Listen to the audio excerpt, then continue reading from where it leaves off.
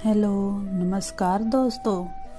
आज मैं आपके सामने सकट चौथ की कहानी लेकर आई हूँ, जिसका व्रत करने से सुख सौभाग्य, पुत्रों की रक्षा, पति की रक्षा होती है। तो कहानी शुरू होती है। एक बुढ़िया थी, उसका एक बेटा था। बुढ़िया बेटे के सुख के लिए 12 महीने की सकट चौथ का व्रत करती थी। बेटा जंगल से लकड़ी तोड़ कर लाता और बेचकर घर चलाया करता था। बुढ़िया हर रोज उसकी लकड़ियों में से 2 लकड़ी उठाकर रख लेती और चौथ के दिन उसको बेचकर सामान लाती और चूरमे के लड्डू बनाती। एक लड्डू खुद खाती और एक बेटे को खिलाती। एक दिन उसकी पड़ोसन घर में आई। घर आकर उसके बेटे को बोली, तू तो कमा कमा कर थक गया, तेरी माँ पीछे से चूरमे बना बना कर खाती है। बेटा बोला, ऐसा नहीं हो सकता। पड़ोसन बोली, जाकर देख, आज भी चूरमा बनाया है। बेटा घर में गया, देखा कि माँ ने चूरमा बनाया है। तो बेटा बोला, मैं तो इतनी मेहनत करके लकड़ी लाता हूँ और तू चूरमे बना बना कर खाती है। मैं तो घर छोड़कर जा रहा हूँ, नहीं तो चौथ माता को छोड़ दे। माँ बोली, बेटा मैं तो तेरे सुख के लिए ही व्रत करती हूँ, चौथ माता नहीं छोड़ूंगी। इतना सुनकर बेटा घर से जाने लगा तो माँ बोली कि ये तिलकुट साथ में ले जा और जहाँ पर भी तुझे भीड़ पड़ेगी, संकट आएगा, वहीं पर तिलकुट डालकर बैठ जाना और कहना कि हे चौथ माता, जो मेरी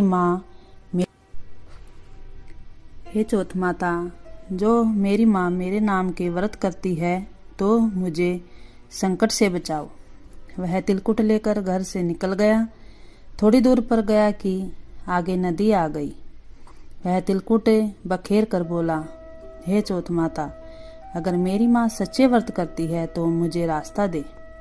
इतना कहने के बाद उसे रास्ता मिल गया। थोड़ा आगे जाने के बाद उसे रास्ते में एक शेर मिला। वह शेर उसे खाने के लिए आया तो वह तिलकुट बखेर कर बोला, हे चौथ माता, अगर मेरी माँ मेरे नाम के व्रत करती है तो मुझे शेर से बचा ले। इतना सुनकर शेर भी पीछे हट गया। थोड़ा आगे गया तो उसे रास्ते में सांप मिला। वह उसे डसने के लिए आया तो वह तिलकुट बखेर कर बोला, हे चौथ माता, अगर मेरी माँ मेरे नाम के व्रत करती हो तो मुझे यहाँ से बचा ले, नहीं तो सांप को डसने दे। तभी यह सुनकर सांप पीछे हट गया। अब एक गांव में आ गया। वहां पर एक बुढ़िया रो रही थी और पूड़े बना रही थी। तो वह बोला, बुढ़िया माई, रो भी रही हो और पूड़े भी बना रही हो, क्या कारण है?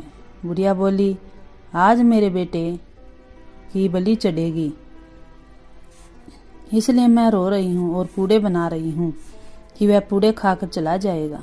तो वह लड़का बोला, अगर मुझे पेट भर पूड़े खिलाएगी तो मैं तेरे बेटे के बदले में बलि चढ़ जाऊंगा।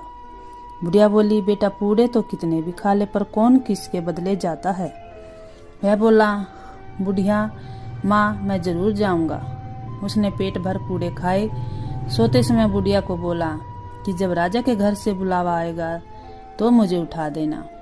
जब रात को राजा के घर से बुलावा आया तो बुढ़िया ने उसे धीरे धीरे उठाया और वह उठकर बैठ गया और बोला, बुढ़िया माई, मैं तेरे बेटे की बलि की खातिर जा रहा हूँ। और वह लड़का चला गया। वहां जाकर चौकी पर तिलकुट बिखेर कर बैठ गया। राजा के नौकरों ने सारा आवा चीन दिया और आग लगा दी। अब वह लड़का बोला, हे चौथ माता, अगर मेरी माँ मेरे नाम के व्रत करती हो तो मुझे इस संकट से छुड़ा दे।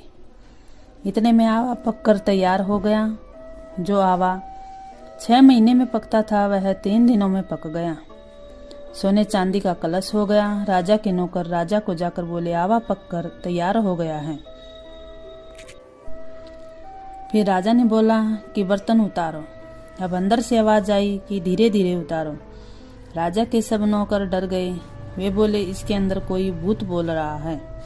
अंदर से आवाज आई, कोई भूत प्रेत नहीं है। जिसको बिठाया था वही बोल रहा है। तब सब ने देखा कि वह तो चौंक पूर कर बैठा है। राजा को बुलाया। तब राजा ने पूछा कि तू आग में से जिंदा कैसे बच गया? तब वह बोला कि मेरी माँ चौथ माता के व्रत करती थी, सो मैं इसलिए बच गया। उस राजा की एक लड़की थी। राजा बोला, मैं अपनी बेटी का विवाह तेरे साथ करूंगा। तो राजा ने अपनी बेटी का विवाह उसके साथ कर दिया और वो वहां पर रहने लगा। कुछ दिन के बाद राजा की लड़की ने उसे पूछा, तेरे घर बार भी है क्या नहीं? तब वह बोला, मेरी माँ भी है और घर भी है। तब बोली, हम अपने देश में जाएंगे। अब राजा ने उसे बहुत सारा धन देकर विदा किया। बुढ़िया लकड़ी चुन चुन कर लाती और उनको बेचकर रोटी खाती। एक दिन पड़ोसन बोली, देख तेरा बेटा और बहू आ गए हैं और बहुत सा धन भी लाए हैं। बुढ़िया बोली, पहले तो मेरे बेटे को सिखा कर बाहर निकाल दिया और अब कहती है तेरे बहू बेटा आ गए। इतने में देखा कि बहू बेटा माँ के पैरों में पड़ गए और बोले, हम चौथ माता के प्रभाव से आ गए हैं। सारी नगरी में ढिंडोरा पिटवा दिया कि बेटे की माँ संकट चौथ का व्रत करियो। 13 चौथ करियो, 13 नहीं तो 4, 4 नहीं तो 2, 2 तो सब कोई करियो। हे चौथ माता, जैसे बुढ़िया माई के बेटे का दुख दूर किया वैसा सब का करियो। जय चौथ माता की जय हो।